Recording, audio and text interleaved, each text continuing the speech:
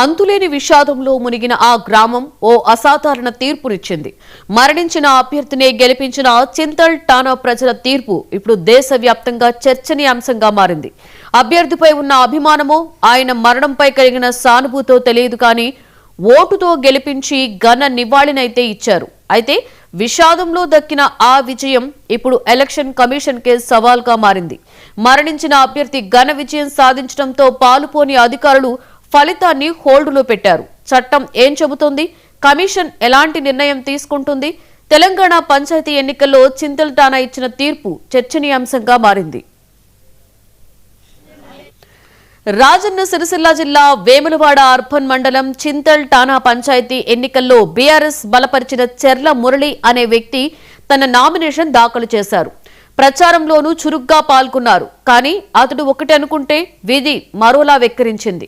ఈ నెల 5న heart stroke రావడంతో చనిపోయాడు. ఇలాంటి పరిస్థితుల్లో సాధారణంగా ఎన్నికలు నిలిపివేస్తారు. కానీ ఆ విషయాన్ని అధికారులు సీరియస్ గా అయితే తీసుకోలేదు. లేక ఇంకేమైనా వెసులుబాటు ఉంటుందో కూడా తెలియదు. ఎన్నికలు యథావిధిగా నిర్వహించారు. మురళి మరణంతో ఆయనపై మరింత సానుభూతి పెరగడంతో మృతుడికే మెజారిటీ ఓట్లు దక్కాయి. మరియు మా ఊరి కుల సంఘం పెద్దలకు, అన్న చెల్లెలకు, అక్కచెల్లెలకు, అన్నదమ్ములకు అందరికీ ప్రత్యేక అభినందన తెలియజేస్తున్నాము. ఎందుకంటే మా అన్న అభ్యర్థి చెర్ల మురళన్న సర్పంచ్ అభ్యర్థి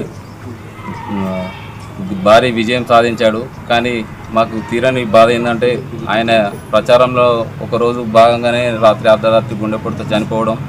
అయినా కూడా గ్రామ ప్రజలు ఆయనపై నమ్మకం, ఆయన ఆత్మకు శాంతి చేకూరేలా అందరూ ఆయనకు ఓటేసి విజయాన్ని అందించారు.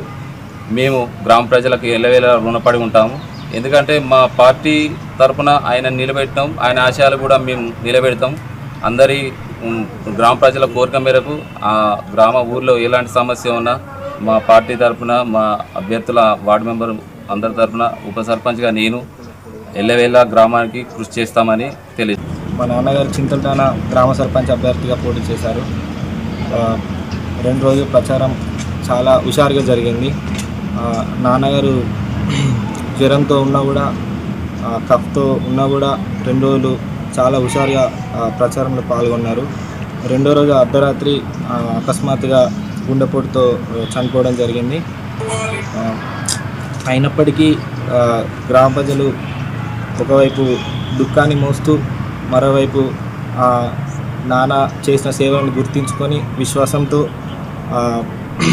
నాన్న చేసిన సేవలను మర్చిపోకుండా మా మురళిని గెలిపించాలి, మా చెర్ల మురళిని గ్రామ సర్పంచ్గా గెలిపించాలని ఉద్వేగంతో హుషారుగా ప్రచారం చేస్తూ మా నాన్నగారిని ఎలక్షన్ నిన్న జరిగినటువంటి గ్రామ సర్పంచ్ ఎలక్షన్లో కూడా చాలా విజయంగా ఘనంగా గెలిపించారు.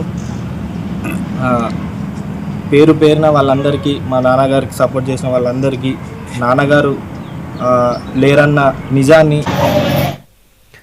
మృతుడు చెర్ల మురళి తన సమీప ప్రత్యర్థిపై 370 ఓట్లతో గెలుపొందాడు. అధికారులు అధికారికంగా ఈ విజయాన్ని ప్రకటించలేదు. చనిపోయిన వ్యక్తి సర్పంచ్గా ఎలా ఆ సీటును భర్తీ చేస్తాడన్న మీమాంసతో మొత్తంగా చింతల్ టానా ఎన్నికలో సర్పంచ్ ఫలితాన్ని హోల్డ్లో పెట్టారు. మొత్తం పోలైన 1717 ఓట్లలో మృతుడు చెర్ల మురళికి 739 ఓట్లు వచ్చాయి. బీజేపీ సురుబు వెంకటికి 369, కాంగ్రెస్ బలపరిచిన కోలాపూరి రాజమల్లుకి 333 ఓట్లు వచ్చాయి. 10 వార్డులలో గెలుపొందిన వార్డు సభ్యులు ఉప సర్పంచ్గా కుమార్ను ఎన్నుకున్నారు. దీంతో ఉప సర్పంచ్ను ప్రకటించిన అధికారులు సర్పంచ్ ఎన్నికను మాత్రం ప్రకటించకుండా ఎలక్షన్ కమిషన్ కు నివేదికను సమర్పిస్తామని హోల్డ్లో పెట్టారు. ఎలక్షన్ కమిషన్ నిర్ణయం తర్వాత తదుపరి చర్యలు తీసుకుంటామన్నారు. గ్రామస్తులు మాత్రం ఎన్నికపై అనౌన్స్ చేయాలని పట్టుబట్టడంతో గ్రామంలో ఉద్రిక్తత వాతావరణం చోటు చేసుకుంది. అధికారులు స్థానికులని ఒప్పించి బయటపడ్డారు. విషాదంలో గెలిచిన అభ్యర్థికి ఘన నివాళి దక్కిన సర్పంచ్ పీఠం ఇప్పుడు న్యాయపరమైన సవాలుగా మారింది. చట్టం ప్రకారం ఎన్నిక రద్దవుతుందా, లేక మృతుని కుటుంబానికి అవకాశం దక్కుతుందా? ఈ క్లిష్టమైన సమస్యపై ఎలక్షన్ కమిషన్ ఎలాంటి తుది నిర్ణయం తీసుకుంటుంది అనేది ఇప్పుడు యావత్ రాష్ట్రం ఉత్కంఠగా ఎదురుచూస్తుంది.